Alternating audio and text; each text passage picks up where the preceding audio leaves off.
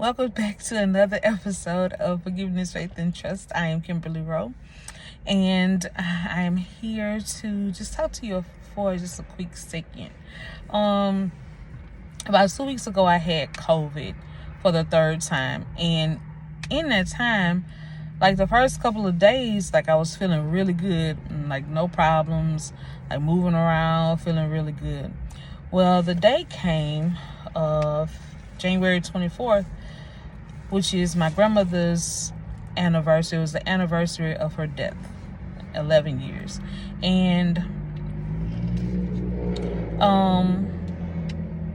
God had told me to do a video about grief.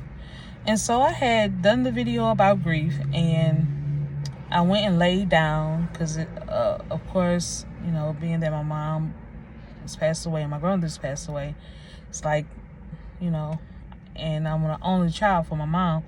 It's kind of like I'm just, you know, by myself. So all of that came up. I didn't think it was that much, you know, stress, but I got up to go use the restroom, and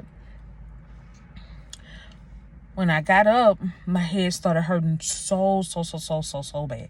I mean, extremely bad, like extremely bad. Like I could not talk. I couldn't do anything. So I was on the phone with my children's dad, and he was like, "Are you okay?" And I'm like, I couldn't even talk to say I'm not okay. I'm not fine. And long story short, he got the kids to come in and check on me. He's like, "Are you okay?" And I couldn't say anything. The only thing I could say, you know, after a few minutes had passed was, "Hey, call 911." So he orchestrated 911 to be called to the house, and so 911 got there. They checked my pressure. My pressure was 210 over 170. I was almost out of here. Actually, I felt like I was out of here. Actually, it just felt like it wasn't a good feeling at all. It was not a good feeling at all. At all. So they released me from the emergency room, and they said that what happened was the pain from the migraine that I was having made my pressure go up really real bad. So I got home around about 3 o'clock that morning, took migraine medicine. First one didn't work at all. I got up, and during that time, like, it was like a time warp. I could not understand, or I did not have a sense of time. So I think the sun was coming out. So I took another migraine medicine, got back in the bed. This time, when I got up from this time, I had some relief. So long story short, go to the doctor later that morning, and I'm sitting there talking to my doctor, and I'm like, man, now my doctor and he's been my doctor for over 20 plus years. So I get there and I sit down and I'm like, you know what, doc, I ain't feeling the best. What can you give me? What's going on? What do you think is going on? I'm thinking they're about to give me blood pressure medication. Nope. No blood pressure medication. Here go these migraine headache medicines. Take it every day, and bye-bye. See you later. Because my pressure at that moment was back to normal. So I'm still talking to him, and I said, man, I felt like I was out of here. Felt like I was about to go on to the upper room. He said, you not ready to go to heaven?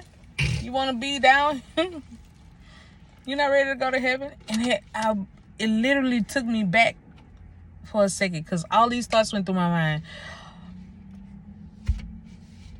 You're not ready to go to heaven? Like, you're not? Just all these thoughts started circling in my mind.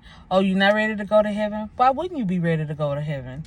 Heaven is a beautiful place. This and this and that. You will be able to see your mom. You'll be able to see your grandmother. You'll be able to see family members that have went on. And you're not ready to go to heaven. So, him and I joked a little bit about, still staying here on earth. And so I left the doctor's office, and a few nights ago, maybe 2 nights ago, I woke up out of my sleep, and this is what God gave me. Sometimes we can't celebrate the transition because we don't truly believe in heaven. When we truly celebrate a transition from this earthly body to our highest self, then we can truly experience heaven on earth.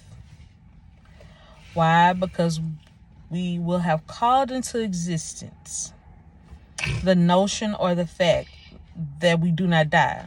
We are simply being called higher in every sense of these words. We are having a growth mindset.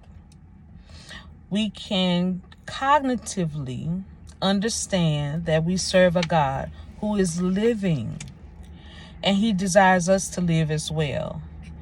Matter of fact, we can't be unalive. Wait, what? Well, I understand we cannot be unalive. But in response to, I guess, my questioning about the question the doctor asked, oh, you're not ready to go to heaven? 3 o'clock in the morning, this is what I was given just the other night. So I'll leave you with this. You're not ready to go to heaven?